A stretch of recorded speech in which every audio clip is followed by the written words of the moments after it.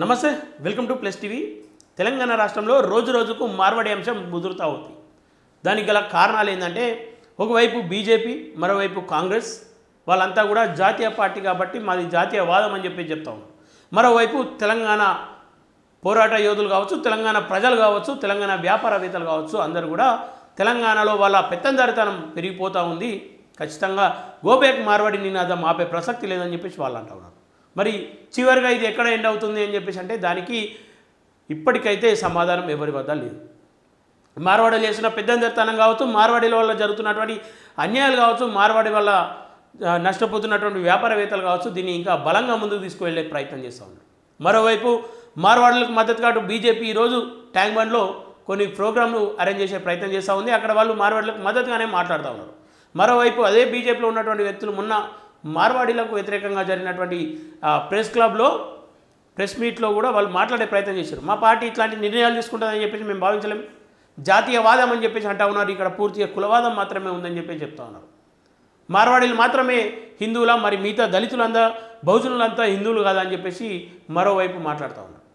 మరోవైపు బండి సంజయ్ కావచ్చు, అటు మాధవిలత కావచ్చు, ఇంకొంతమంది మార్వాడీలకు మద్దతుగా మాట్లాడడాన్ని చాలామంది వ్యతిరేకిస్తూ ఉన్నారు. అటు మాధవిలత రాజాసింగ్ మాటలను కూడా పూర్తిగా తప్పుపడతా ఉన్నారు.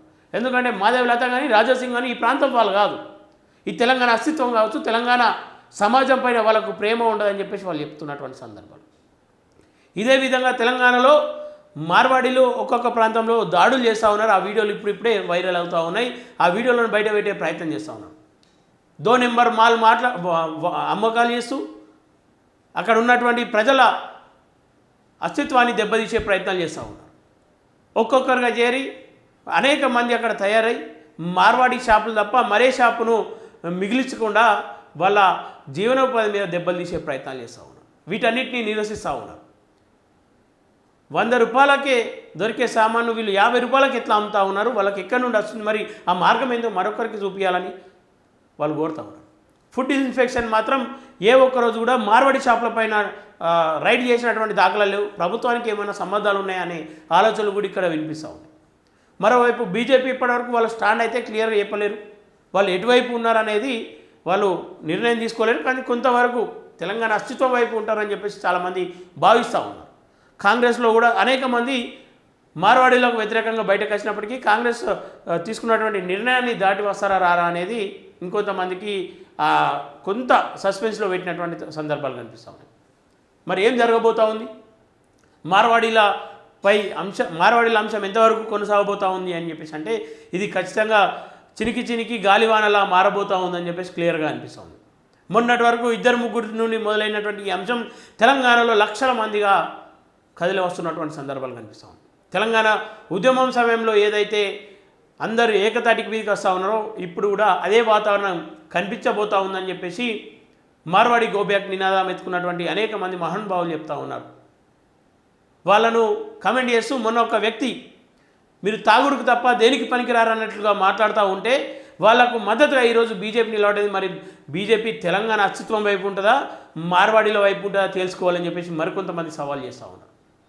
ఏదేమైనప్పటికీ తెలంగాణ రాష్ట్ర ప్రజలు కూడా గమనిస్తూ ఉన్నారు, వాస్తవాలను గమనిస్తూ ఉన్నారు. నిజంగానే తెలంగాణలో మార్వాడీల నష్టం జరుగుతూ ఉంది. తెలంగాణ భూములన్నీ కూడా మార్వాడీల పరమవుతూ ఉన్నాయి. తెలంగాణలో ఒక్కొక్కరిగా చేరి అన్నీ ఒక ఈత చెట్లు ఎక్కడం తప్ప ఈ అన్ని పనులు చేస్తూ ఉన్నారు. ఆ మోర్లు తీసు ఈత చెట్లు ఎక్కడం వాళ్ళకు కొంత శాత కాదు కాబట్టి వాటిని మాత్రమే విడిచిపెట్టి అన్ని రంగాల్లో వాళ్ళు ఇన్వాల్వ్ అయ్యారని చెప్పి చెప్తా ఉన్నారు. మరి ఎందుకని బీజేపీ వాళ్ళకు మద్దతుగా ఉంది, మరి ఎందుకని కాంగ్రెస్ వాళ్ళకు మద్దతుగా ఉంది, ఒక్కసారి వాళ్ళు ఆత్మ పరిశీలన చేసుకోవాలని చెప్పి చెప్తా ఉన్నారు. ఇక్కడ మార్వాడి గోబ్యాక్ అంటే మార్వాడి ప్రజలంతా కూడా ఇక్కడ నుండి వెళ్ళిపోవాలని చెప్పేసి ఏ రోజు చెప్పట్లేదు.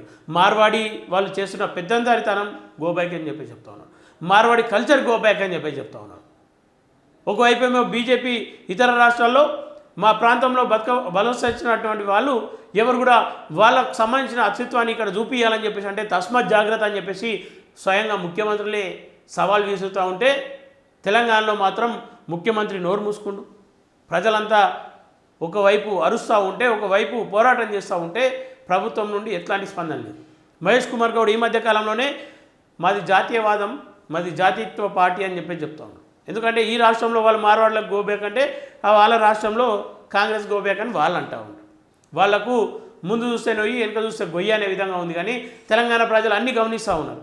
అవసరం వచ్చినప్పుడు తెలంగాణ ప్రజలు కావాలి, కానీ వాళ్ళ ప్రజలకు అవసరం వచ్చినప్పుడు ప్రభుత్వానికి ప్రజల అవసరం లేదా? ప్రజల మనోవేదన అవసరం లేదా? ప్రజల సమస్యలు వినబడవా అని చెప్పేసి ప్రశ్నిస్తూనే ఉన్నారు. ఏదేమైనప్పటికీ కాంగ్రెస్కి మాత్రం ఇది గిడ్డు కాలం అనే చెప్పుకోవచ్చు. ఎందుకంటే తెలంగాణ ప్రజలు అన్నీ గమనిస్తూనే ఉన్నారు. ఎందుకంటే గతంలో చెప్తుండే జాతీయ పార్టీలను మనం తెలంగాణలో గెలిపించుకుంటే వాడు ఢిల్లీలో ఒక రాజకీయం చేయాలి, తెలంగాణకు వచ్చి ఒక రాజకీయం చేయాలి, వాడిని ఎటు పొంతన ఉండదని చెప్పేసి ఒక పెద్ద మనిషి ఒక వీడియోలో చెప్పిండు. ఇక అది వాస్తవం అన్నట్టే కనిపిస్తూ ఉంది.